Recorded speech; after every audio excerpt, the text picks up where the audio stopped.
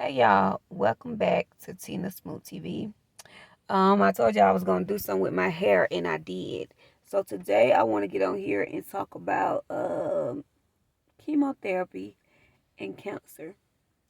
It's this book I read called Never Be Sick Again, and it's another book he made, Never Fear Cancer Again. Forgive me for not remembering his name exactly, but his book is Never Fear Cancer Again and Never Be Sick Again. So with my story, okay, I went to the doctor and got my usual pap smear this year, and my pap smear was abnormal, and it was abnormal. So they wanted to do a biopsy. So they did the biopsy where they go in and they take like a little piece of your tissue out, and then they test it. So they did that, and once they did that, they said they wanted to give me a surgery to take the tumor out, and then they were going to test the tumor and see like what it was. But from the biopsy, it was sin 2, sin 3, and that's like HPV,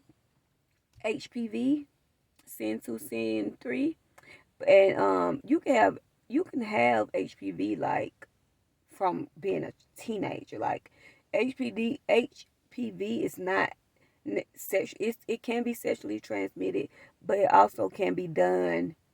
It can happen to you just not by not getting the vaccines. You could be exposed to HPV. So doctors never ever say that it came from sexual contact. They don't know where it came from. And like I was telling my doctor, even in my younger years, when I was like in my 20s, I'm gonna get personal with y'all. When I was like in my 20s, I used to me and my youngest son, dad, we was together for 5 years. We lived together, and I used to bleed. I just used to bleed doing sex. I'm sorry for your provocative. No, we was not married, but I am forgiven. I am a new person in the Lord Jesus Christ, so I can talk about it.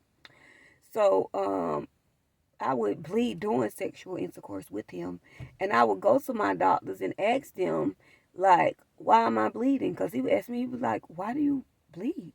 So I would ask my doctors, and they just wouldn't know. They just like give me some STD pills, but I'm in a relationship with one person.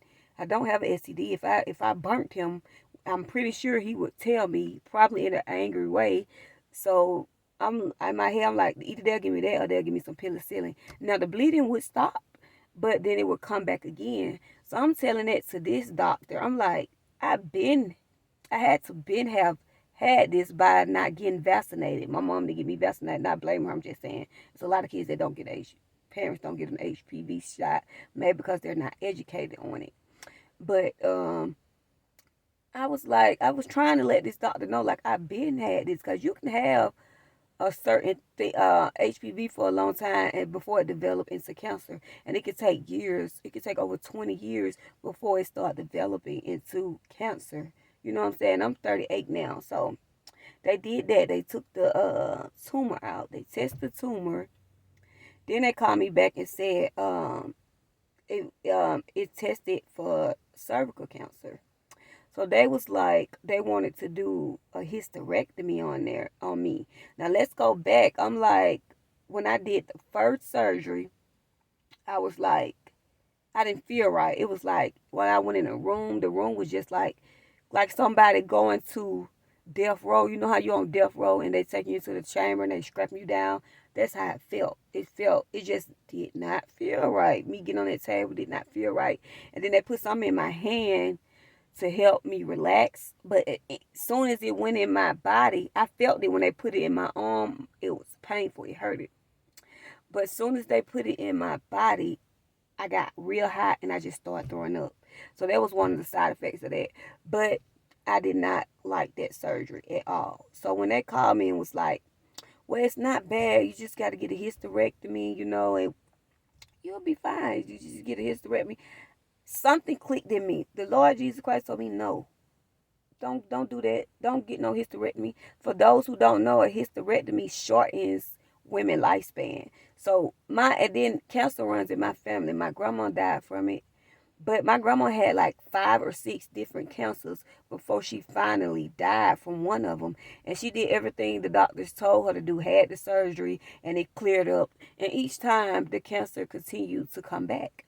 So I started doing my own research. And it's not the cancer that kills you; it's the chemo. Like the chemo shuts down your whole immune system. Okay, this video gonna stop soon. The chemo shut down your whole immune system.